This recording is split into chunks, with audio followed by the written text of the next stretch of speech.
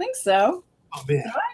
You've definitely seen Vampirella at least once. Okay. Let me show you. I'm testing out the 4th of July lips. That's what this is. 4th of July lips. Well, something like that. That's Vampirella right there. Oh, for crying out loud. That's what I'm saying. It's like somehow only covers the illegal pieces of your body. The bits. Okay. The bits, the naughtiest bits. Okay. Well, but I'm glad that my lips inspired. Yeah. She's from the 60s. She was a comic character in the 60s. I don't think I've actually ever read any Vampirella, but I like the idea of Vampirella, which is that she's like a vampire superhero kind of thing. And I like the costume, I'm not going to lie. You know? Well, what's not to like? What is not to like? Very little is not to like. Dan, how have you been? How's your week been? Everybody good? Has this week been good? I'm going to be honest. Don't remember. Okay. It's been a bit of a blur. Okay. Going to the gym. That feels good. I've been eating better. That feels good. Not drinking. Yeah, although I did change the thing because I was doing this thing that I did 2 years ago where I did like the whole thing is like you do no carbs for a month. Right. Work it back into your diet, and you count all your calories. And I decided not to do that because I had 3 straight days at work where I literally, and this is like everyone said, oh, I got nothing done. I literally got nothing done. Nothing. I spent the entire day going like this, like. And I guess it's a thing that people call it the low carb flu. Oh, the carb flu, yeah. Yeah. And I didn't remember it from 2 years ago, but of course I didn't have a baby and all this stuff. And I was like, I will literally be out of business if I don't. So I just stopped doing that. I'm like, I'm not going to do that. I'm still eating a lot better and watching what I eat and stuff, but I'm not doing the strict dieting thing. Instead, I'm just focusing on going to the gym 4 times a week. Right. And lifting heavy things. So that's what I'm doing. So that's fine. But but this whole week was kind of like just I had a really horrible client experience. It was really irritating where it's this guy who I was AdWords managing for. He was white labeling me. So he was the agency. He hired me to AdWords manage for their client because they didn't know how to do it.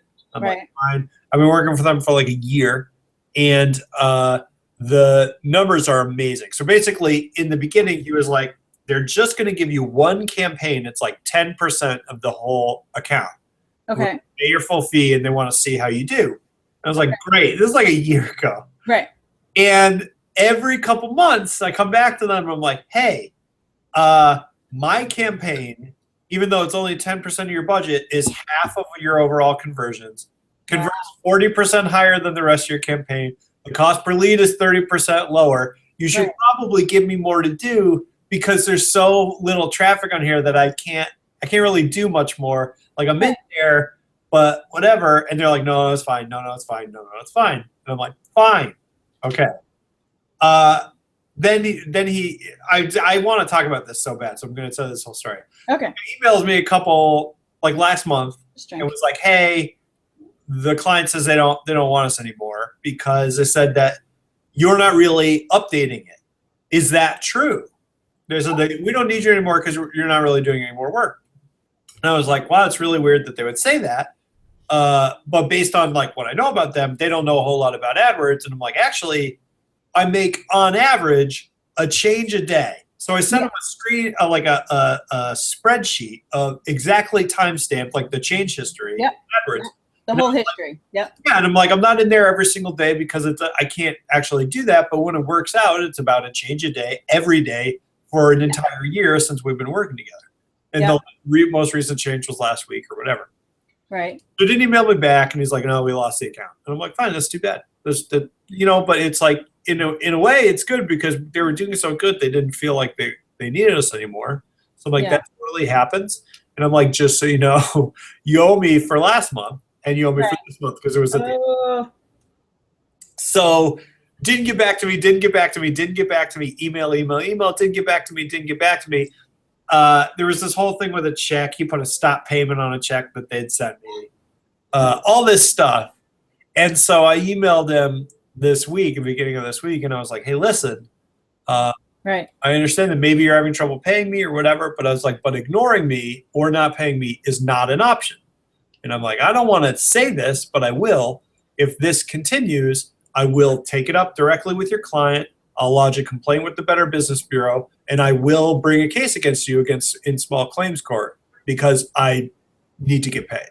Right. So he emailed me back, and he said, hey, man. He said, man. Hey, man. Not ignoring your emails. Just treating you with the same lackadaisical attitude that you treated our client. No. We lost this client. Basically, it just, whatever. I'm going to send you a check. He's like, I'm going to send you a check for that last month, and that's the only check I'm going to send you. And I got so mad. So mad. I rarely get this mad. But I didn't write him back, and I waited a whole day, and then I finally wrote him back, and I was like, look, it's a change day. And I was like, I told you so many times what the deal was. I asked so many times for more work and no increase in my fee. The work that I did far outweighed the entire rest of their account. And I was like, just for future reference, if you work with another AdWords manager, the fact that you can't communicate to your client the benefit of the work that we're doing is not on me, it's on you. Right? Because the thing is, like, obviously I didn't hear from him for the entire year. So irritating. Anyway, I'm so sorry. All right, so this segment is brought to you by Dan's really pissed. Gripe water. Gripe water. That's a thing you get baby. Gripe water. Exactly. Yes. That's the thing. Right? I had no idea that was a thing. Gripe. I was like, gripe. My wife told me to go get it at the grocery store. And it's not a real thing, though. I think it's like grape water. It's like gripe water. Gripe water. I think it might be a fake thing. It's like a homeopathic thing or something. It is. I don't think it works. But you know what? As one of two friendly nerds, and I still don't even know who the other friendly nerd is, but I like to think people assume it's me because I'm friendly and I can be nerdy, right? Yeah. And may I say, rest in peace, original friend. Right. So, but I have to say, I never see you grumpy about the work and the whatever. So you totally get a pass. I think in the almost 2 years we've been doing this, this is the first time you've gone there with. I have so few client relationships go this sour that I'm like, obviously, I'm just gonna rely on the idea that you're a dick, and that's why this happens. There you go. That's right. It's totally somebody else. Well, listen, I have beer. We have cool stuff to talk about. We've got a cool article that I love that you recommended that I like. Right? You love that I recommended that you like. No, I said we have a great article to talk about that I like that you recommended. All right, cool. Out of it. I'll tell you what I'm going to do today. So I'm going to get a beer out of the fridge, and then we'll both talk about beer. So we're drinking beer again? Yeah, why not? All right. Once a week is my thing. I get once a week. It's one of those days. We're all pissed off. All right, so I'll talk about what I have here. I have, let's see if we can see this. I have a Victory. One of my locals, right? We like this. These guys, are local to me in PA. This is a Victory Kirsch Goose. Is that how we say this? Kirsch Goose? It's not goose. It's ghost. Ghost? Kirsch Goose? No, Kirsch Goze. That's from The Usual Suspects. The bad guy from The Usual Suspects. Kirsch Goze, right? Oh, stop it. Kaiser Sose. Listen, this is a sour cherry beer. Is what's sour cherry beer. So do you mean it's a cherry beer, but it's also a sour beer, or do you mean it tastes like sour cherry? You know what? I'm coming unprepared to this. I have not done my research, nor read this label particularly closely. Read the notes. I'll fill you in later, maybe. But no, this is it's definitely a sour. It's definitely, sour is what you get. You kind of, do a bunch of that. But it's totally pink. Do you see how pink this beer is? It's pretty. Yeah, it looks like a little bit like cough syrup. I don't mean that in a bad way. It looks like a Zinfandel wine. It looks like a pink wine, but it's actually good. It's actually really good. It's sour. It has that's definitely forward. The cherry is a little bit subtle, but it does have that. You're right, like cough syrupy. I'm imagining it tasting kind of like soda or something. Yeah, it's totally soda. I don't think that there's a lot of alcohol in this. Yeah, it's only 4.7%, so it's totally drinkable. You know, it's a good summer beer. I think it's a special beer for this brewer. You know, it comes in a 4-pack. It's a little. I mean, let me ask you. So this is the test. Are you going to buy another set of these? Did you buy a 4-pack of it, or was it like a? I bought a 4-pack. Yeah, I think. I think I would. I think for not to sound like a total drunk, but I think for like day drinking, summer drinking. This is a perfect morning beer. It goes good with the you pack kids off to school and then you relax in the bathroom with a beer that you pull out of the tank of your toilet because you leave it there because you don't want your significant other to know. Right. You know, the classic scenario. Right, exactly that. No, I think it's good. I hate to put my lady friends on the spot, but I think women would kind of tend towards this. It's got a little bit of fruit. It's pink. I got to be obnoxious about it, but no, I think I would offer this to a crowd. I think it would be a good beer to do that. I mean, it's not a framboise lambic. That's lambic. That's one of my favorite go-tos as far as fruit in the beer is, right? The raspberry. But this is this is definitely kind of sour, and I would have to probably do a little research into a good food pairing for this. I'm not sure. Like framboise lambic, which I'm pretty sure you just said, sounds like a French actress from the Silver Screen. Yeah. Right? No. Like starring Toulouse-Lautrec and framboise lambic. Okay. All right. So what beer do you have? I'm done. I have this has been in the fridge forever. I put it a long time ago, so I got to replenish. And I can't remember. I don't think we didn't talk about this. Maybe I can't remember. But this is big reveal. Lagunitas Nighttime. Oh. So if you remember, I think I did do on the show. There's like a daytime. Yes. There's like a daytime IPA, which is like a session IPA. I think. Okay. And this is the nighttime. So this is, let's see, on Beer Advocate gets a 92. And I'm trying to figure out, I think that I can't decide if this is a dark ale. I think it's a dark ale. But it's like supposed to be little malty. And let's see. Malt and hop. Ooh, chew it. There's a lot of grit. No. Yeah, it's kind of it's like a black IPA almost. So it's got hoppiness in it, but it's a little sweet, and it's got like kind of malt in it. It is 7.9% alcohol by volume. Is that my baby? My baby's at the door. Oh my god! Look at him. Hi, baby, you're on TV. Hi. Oh, I don't know how you got here all by yourself. No, that's Patti. Hi. So anyway, my baby's here. I don't know. I'm assuming my wife is out there somewhere. Yep. But, hey, there they are. Oh, they're standing back there. Hey. But anyway, it's quite good. Good. I like it. So you can pair them up. You can drink the daytime and the daytime and the nighttime and the nighttime. Let's do that. Seriously. Cool. Let's do that. Cool. So do you want to talk about, do you even want to talk about lead generation stuff? We can do that. He's sitting by himself. Look at him. Wait.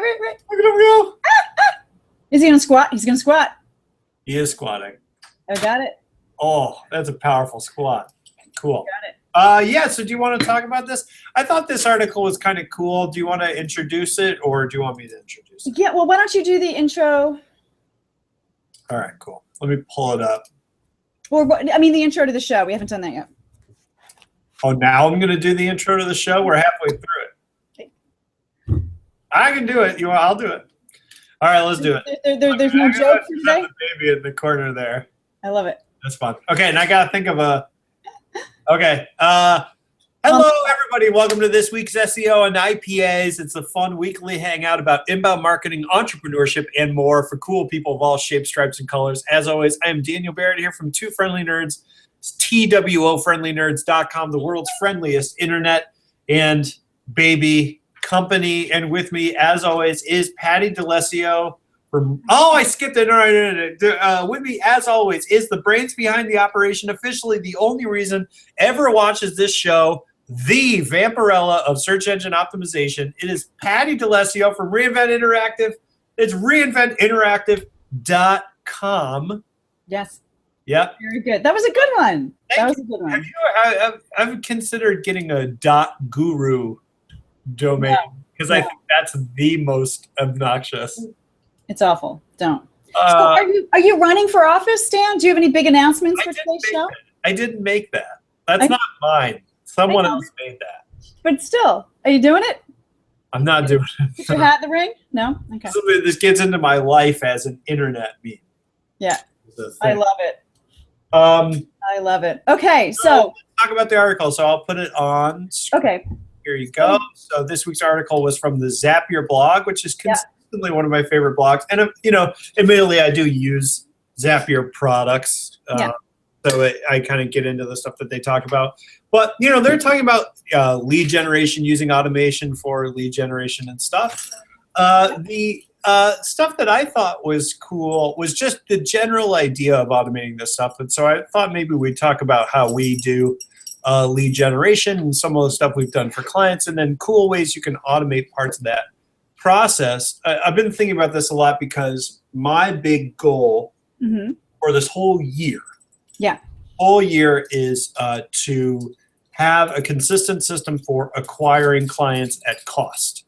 Okay. So this was like a big Jay Abraham thing. You and I have been kind of texting back and forth about Jay Abraham. Jay Abraham's whole thing is learning to acquire clients at cost and then making money on the back end, which is sort of a very big shift from the way I currently do my marketing, which is I make all my money on the initial sale.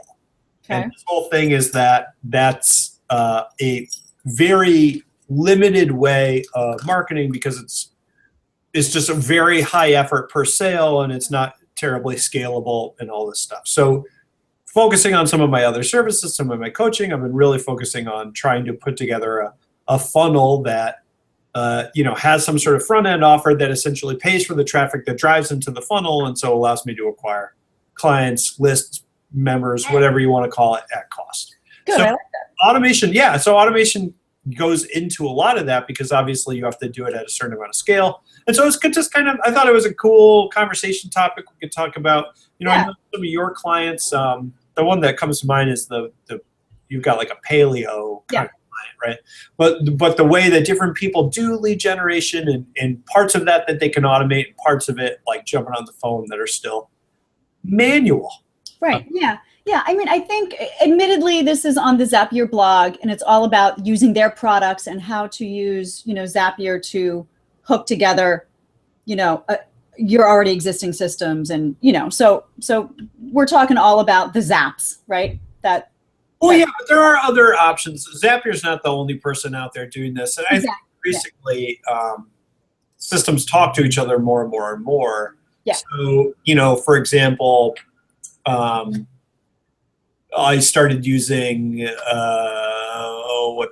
ClickFunnels, right? And ClickFunnels just in the back end automatically hooks up to ActiveCampaign, which is my email marketing stuff. So it's like I didn't even need to zap it, although I could have zapped it more. The other thing that's really cool, and is sort of like a weird sort of alternative version of this, is this company that I just found out about called UltraDocs. Okay. Have you looked at this? No.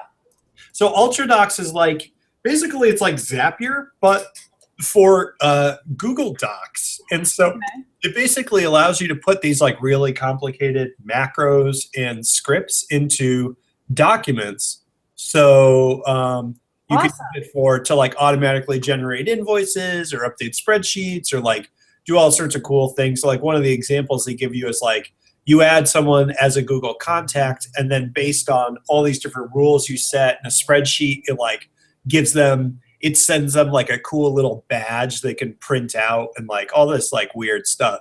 So it's increasingly this whole idea of there being some sort of infrastructure. In fact, there was another one I literally just.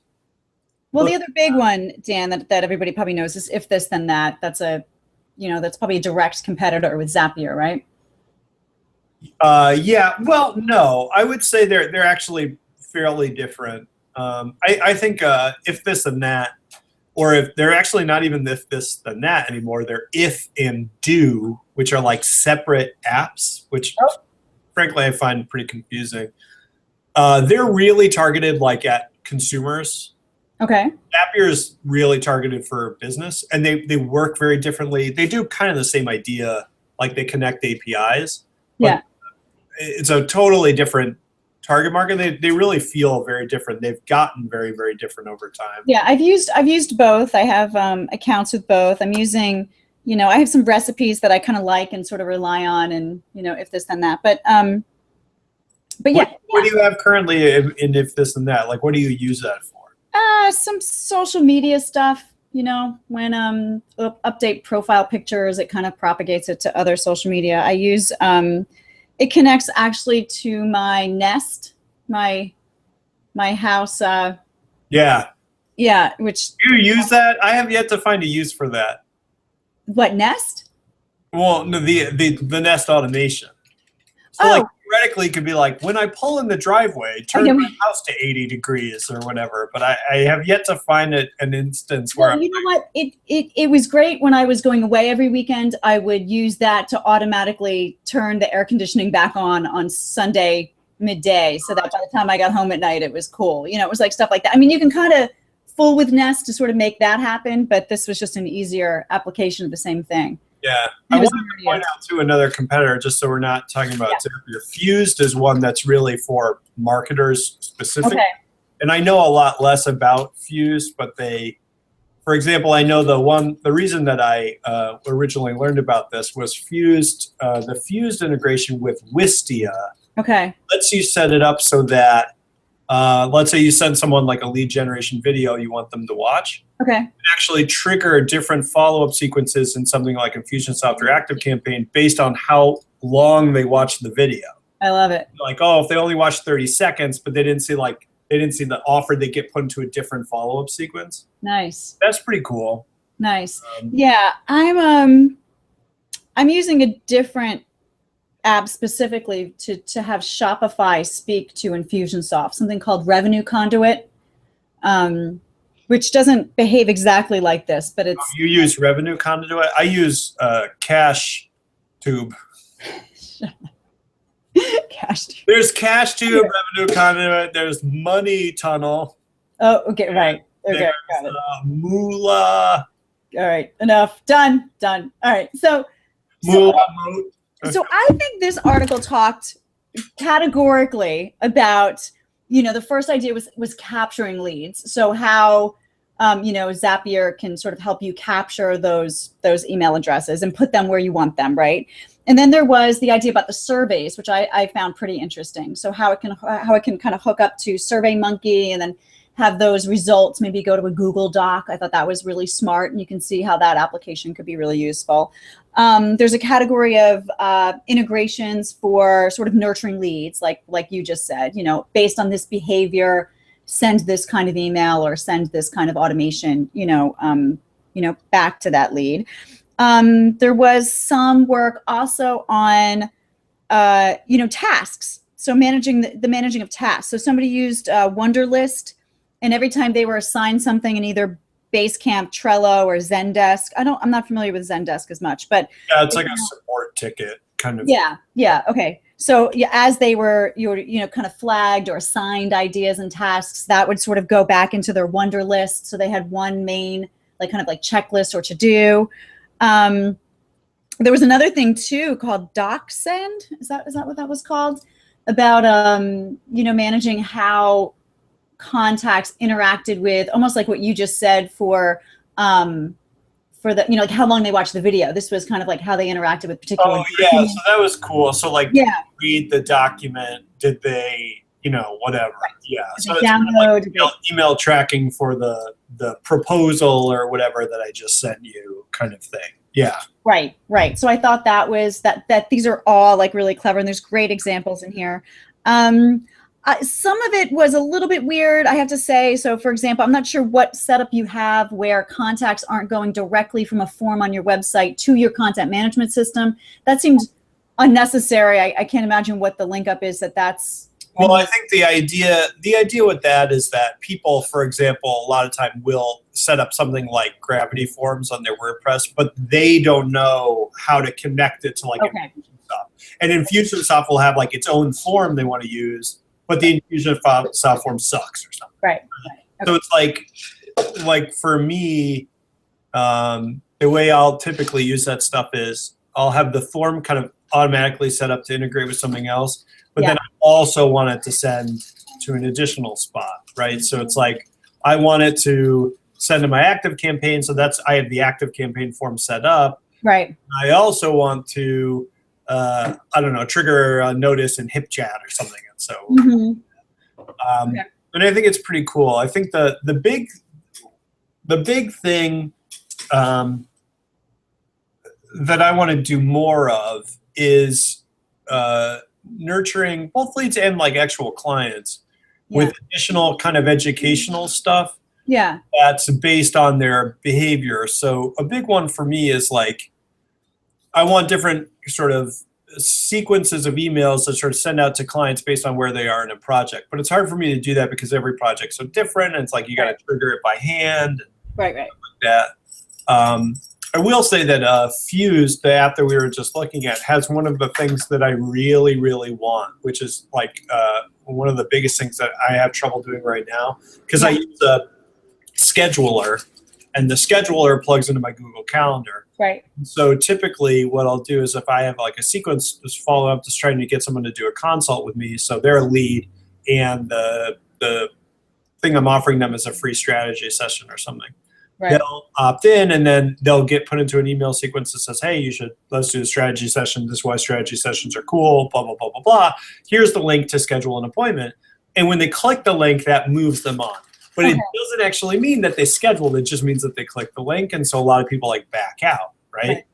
What Fuse lets you do is apply a tag in Google Calendar and then connect that back to ActiveCampaign. So I could wait until the appointment actually gets pushed through to the calendar to not watch. So is it like a literal fused, right? It's yeah. So it's cool. I mean, it's connecting. Like, Got it. There are all these kind of systems out there that do cool stuff like that, and I think that's really smart. So let me tell you, I about kind of like email capture, right? As far as lead generation, I have an interesting situation going on with a particular client where a company is doing sort of a beta testing with us, and I didn't see the execution of this, but here's the basic idea. It's doing these quizzes on Facebook. So, I don't know, do you need SEO services? Fill out this quiz and find out.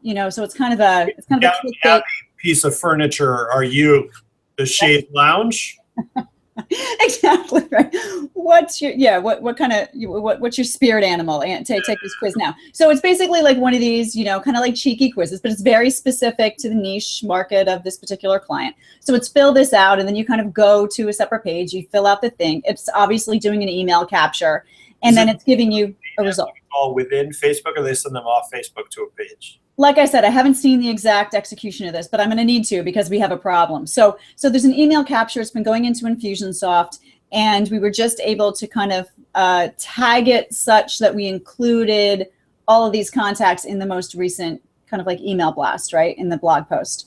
And as it turns out, we're getting lots of people complaining that we're spamming, and I mean, it halted the email blast entirely because, I mean, it wasn't a lot. It was under 20, but still, it was like enough people complained that it was an issue. So I'm like, And even though it was, we legitimately asked for the email address, and it was, given to us in an authentic way, and it was a particular market that we can assume may want to hear from us again, because it was all very aligned, and it should be cool, should be kosher. The expectation was not was not set up with the user that they would be added to a list and we would be communicating with them. So I have to go back and wasn't segmented at all. So they got the blast that was for everybody, but not the stuff that was like, hey, remember that quiz you just took? Right. Or just a welcome email. Apparently they didn't even get a, hey, thanks for joining my email. I hope that you like the content. Like usually when anybody kind of subscribes off of a website, you get a welcome, and maybe you're giving them an idea as to what they can expect from you as far as communication goes. This, I think, is failing just a little bit. And it kind of stinks, because we're talking, just under 8,000 contacts we just received. So it worked. It was successful, but now. You got 20 out of 8,000 that complained about it?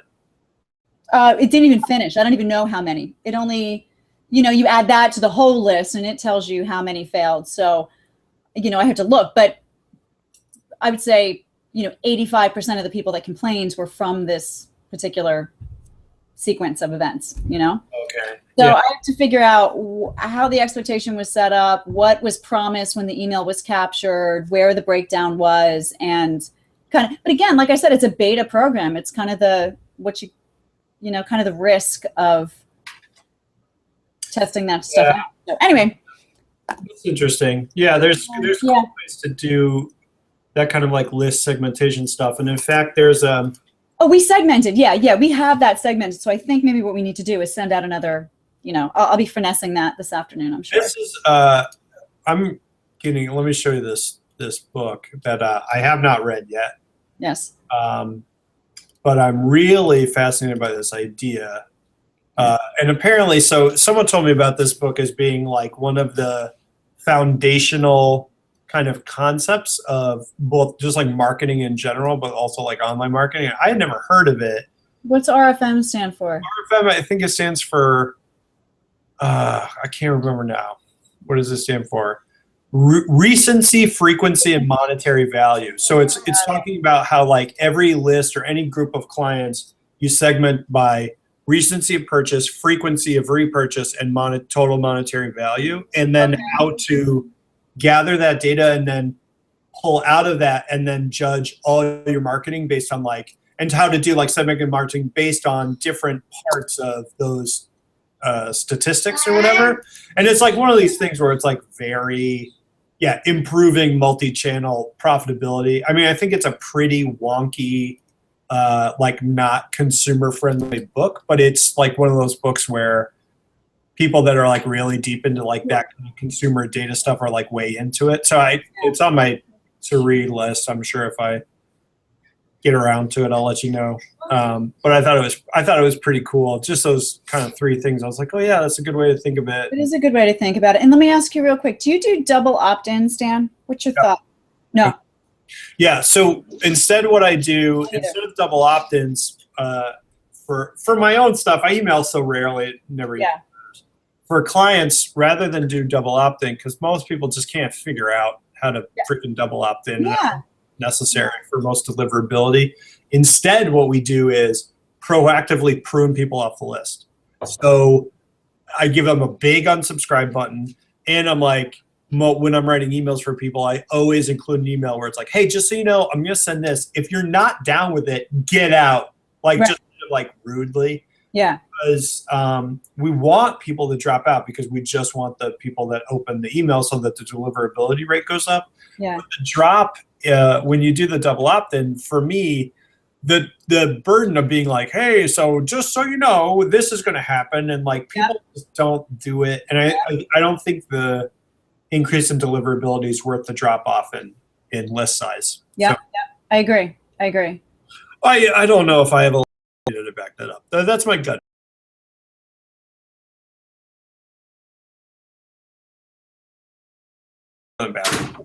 This is something tells me that baby is dirty.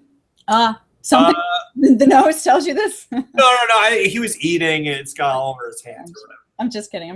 There's all sorts of like goldfish on my floor and stuff over there now. I'm assuming that's what that is. You're nice. Okay, so obviously, thank you everybody so much for watching this. We really appreciate it. If you caught us halfway through, or you want to check out any of our past episodes, you can go to twofriendlynerds.com/hangout, twofriendlynerds.com/hangout, or you can go to the youtube.com and type in SEO and IPA to find all our past episodes. Patti, you've been wonderful as always. Such a pleasure to hang out with. Please, everybody, as always, optimize responsibly. Optimize responsibly, and absolutely read this article. We didn't go through a lot of the detail, but it's. I thought it was cool. Really good. It's good. It gets your juices flowing. The link's in the Hangout page, or you'll see it in the show notes on the video if you look at YouTube like tomorrow or so. Mm-hmm. I think maybe today. I think it's included automatically in the Hangout thing. I'm not sure. But Patti, I will talk to you so soon. Bye, dear. Have a happy 4th of July. Happy 4th of July. That's coming up. Jesus Christ, time goes fast. It's Saturday. You doing anything? We have a big family reunion every 4th. It is the 95th straight family reunion on the 4th. So there's a big picnic. There's like 150 people. Is this your family? Yeah. I mean, my family's part of the, okay. Yeah, but very violent and very violent, a lot of trash talking and a volleyball game is basically what happened. Got it. Okay, got it. Yeah, I'm going to be at the Jersey Shore. I'm going to be near Atlantic City, and I'll be on a boat, hopefully. So I thought of you the other day actually today, because this client that I just got, he keeps talking about how he wants to fly me down to Florida to meet them, and I'm like, that's not really necessary. Sounds nice. Well, it sounds nice, right? But he was like, oh, yeah, I'll take you out on my boat. And I'm like, oh, I got a big boat. I'll take you out on the boat. And I was like, Patti would love that. And he's like, oh, yeah, down here in Florida, it's just all blondes and boats. I'm like, all right, yeah. Ask him what kind of boat it is. Now I'm intrigued. I will. I'll tell him that I'm a boat nerd friend. Right. Dan, have a great week. Have a great 4th of July. All right. Okay, we'll talk to you soon. Okay, bye.